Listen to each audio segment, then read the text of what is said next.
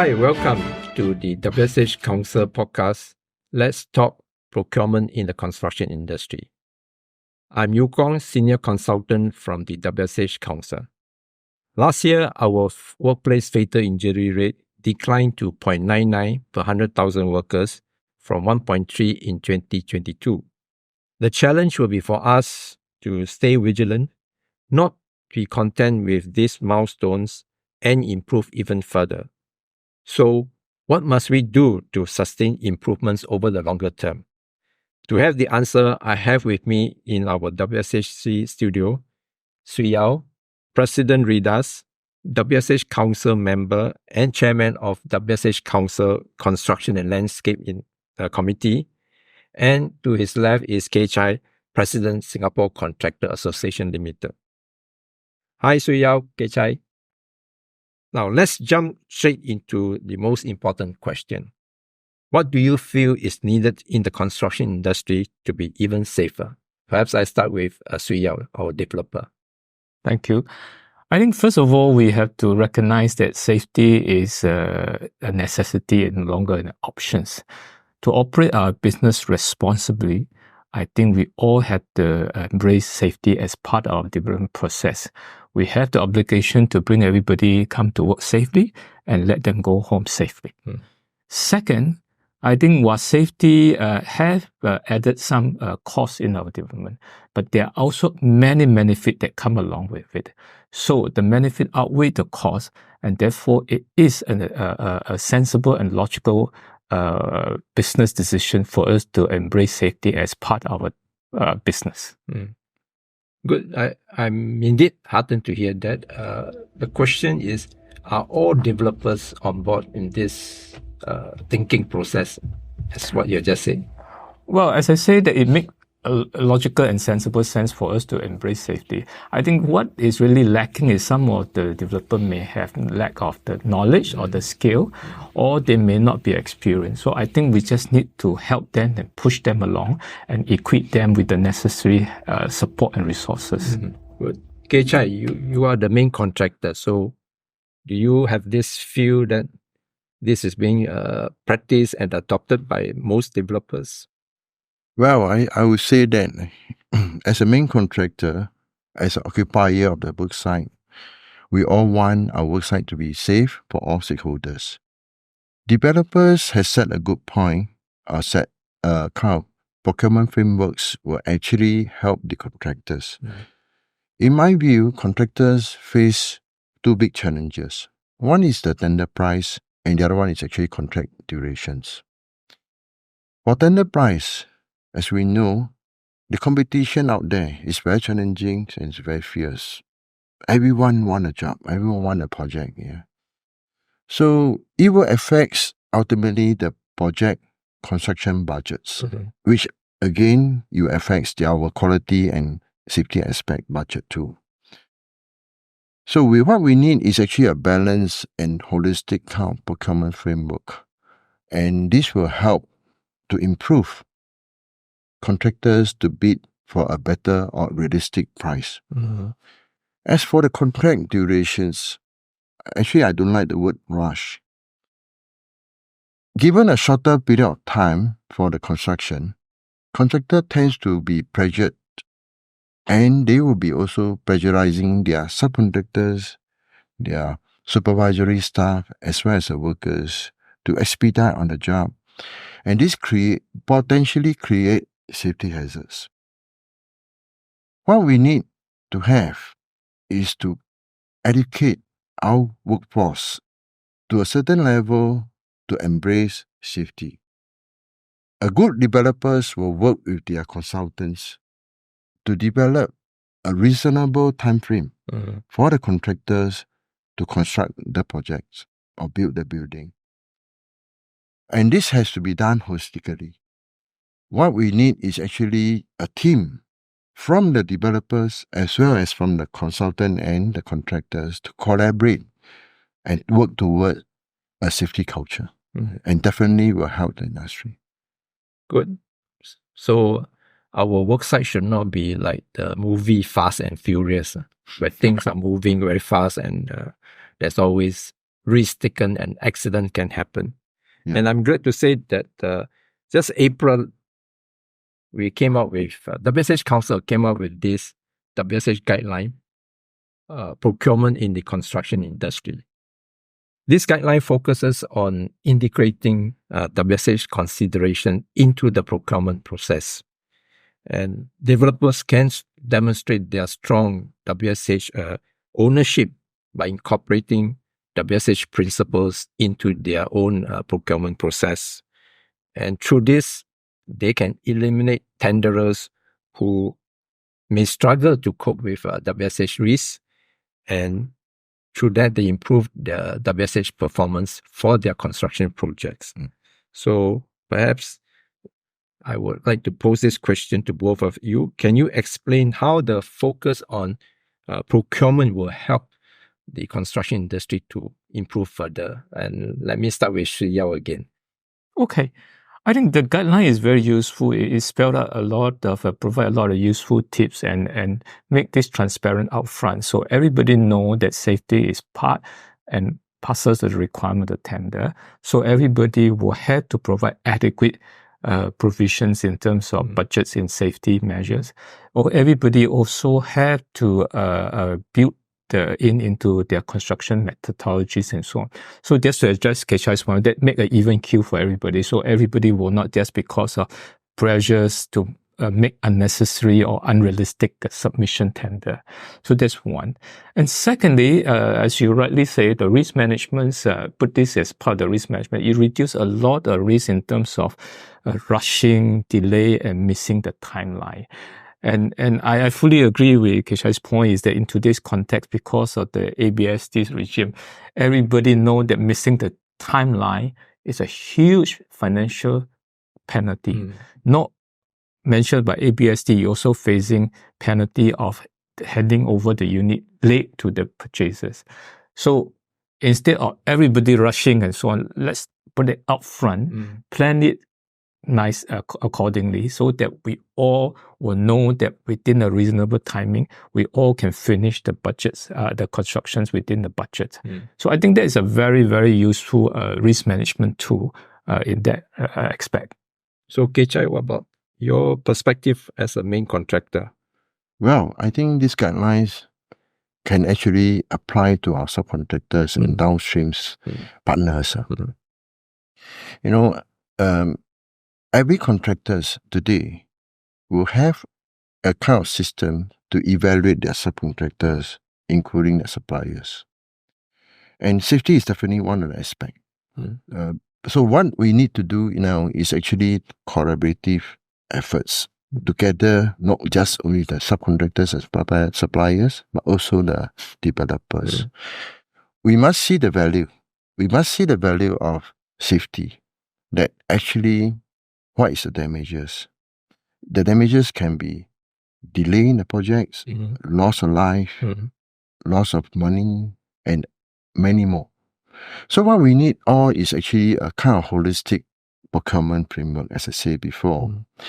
And good developers, as I say, they will, based on this guideline, as a good or wanted to be a good main contractor, we also wanted to use this guideline to select our subcontractors in order to protect the industries, protect the workforce, and eventually the whole industry can be safer for all. So the WSH guidelines provide several recommendations to both private and government developers on what to adopt in their procurement process. For example, there is the WSH bonus scheme. There's a higher weightage on safety in the selection of projects, main contractors, and also adoption of a mature WSH technology. So which recommendations in the guideline do you feel are most helpful or useful? Perhaps from Swee Yiow, the developer? Well, I would say that it needs all the measures, because at the end of the day, it's really an integrated approach. Any single measures or single guideline will not do the job. So I think it's a combination of all together. But probably, I think there are a few that will probably is good. That one is really like what KSH is that we are not only focusing on the main contractor, but we make everybody, every stakeholder come in. And if possible, we should push down even to the worker themselves. That everybody participating in this journey. And secondly, I think having incentive also work, because I think at the end of the day, we want to make sure that everybody is motivated. Of course, the key point, like what KJ is find a balancing point that you will not, it's a cost-benefit balancing that everybody can achieve a win-win situation for all. But more importantly is that I think at the end of the day, we want to make it as a culture, as a behavior that everybody know that we are not just doing it for financial, but at the end of the day, we want to bring every loved one that go to work and come home safely. So from your experience, will WSH bonus scheme increase the cost for construction for new projects? Well, as I said, it will increase, but at the end of the day, the benefit also justified for that. Okay. So I think it's really a balance. So the question that where to set that balancing point, which is probably I call it a trial in progress, because nobody know exactly where it is. So I think the industry is evolving, and the dynamic is that we will try it out. And at the end of the day, when we find an equivalent point, then everybody can adopt it. Yeah. So KCHI, as main contractor, which recommendation in the guideline will be very useful to the main con? I love to have the bonus point. Bonus scheme. I would say that with Swee Yiow as a developer rep, I would say that at the end of the day, incentive actually and definitely will motivate people to do better. Right. So bonus is definitely a word that everyone wants. And today, I'm very glad that a lot of GPEs already started this process. That's good. In fact, they already set bonus scheme for safety especially. And more important is I would say that this guideline will also encourage more private developers to do so. This is very encouraging. Wow. Bonus in terms of dollar and cents will actually allow the contractors and the subcontractors to practice more good practices, especially in terms of system. A good system like incentive systems to the total workforce will actually benefit. And it actually works in a sense that every single stakeholder out there will enjoy something that we call dollar and cents. Why we want to do that? Actually, basically is that we need a kind of so-called platform for the workforce to reflect, to actually feedback. And how do they actually can feedback onto it? And a lot of main contractors have different ways to do so. Okay, I just say from my own company perspective. What do we have? Actually, we have 3 platforms. Basically, it's a physical platform whereby workers, or including all stakeholders, can actually go and do a report to my project team, management team. The second one is actually through WhatsApp group. And they can actually take a picture and post the kind of risk, the kind of behavior that one is doing.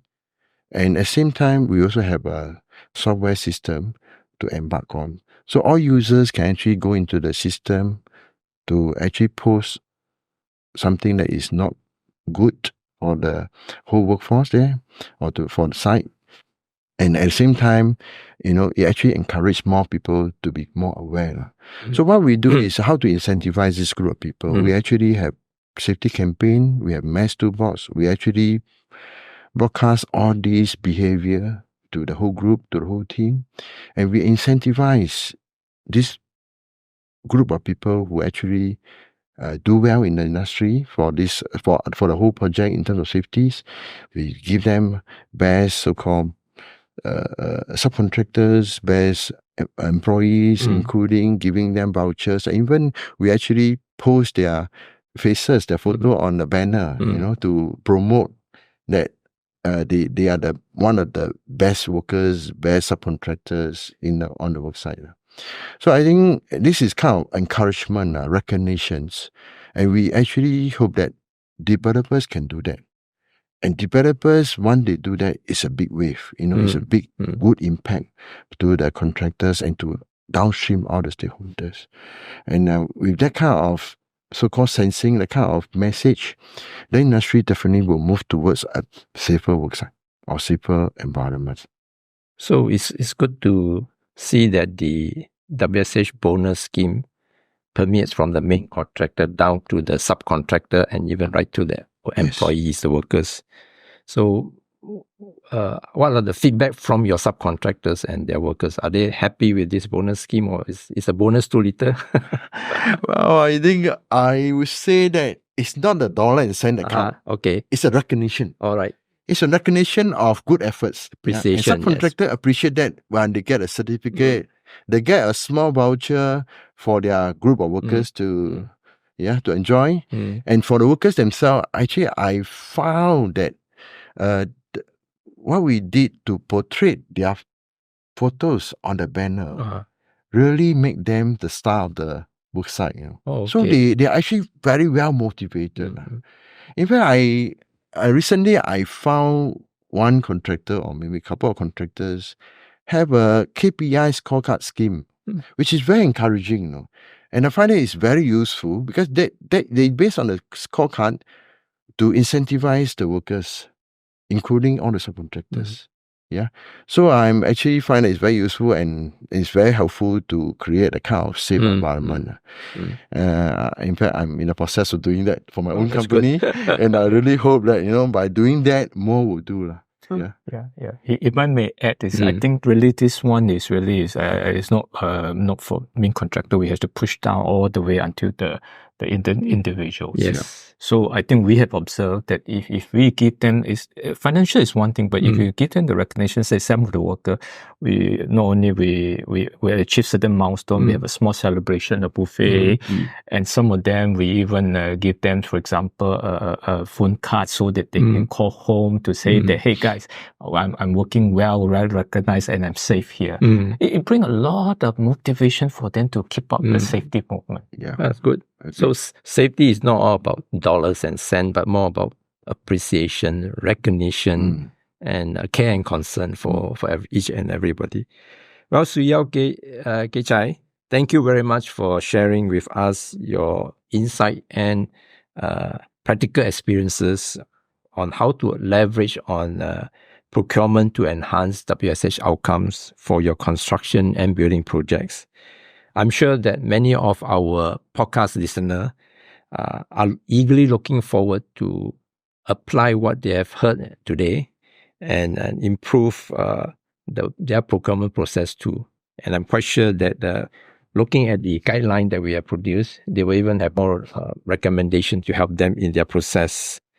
So thank you for watching this podcast. Thank you for our two very important speakers here, Swee Yiow Kay Chai, and to everybody, think Vision Zero and stay safe.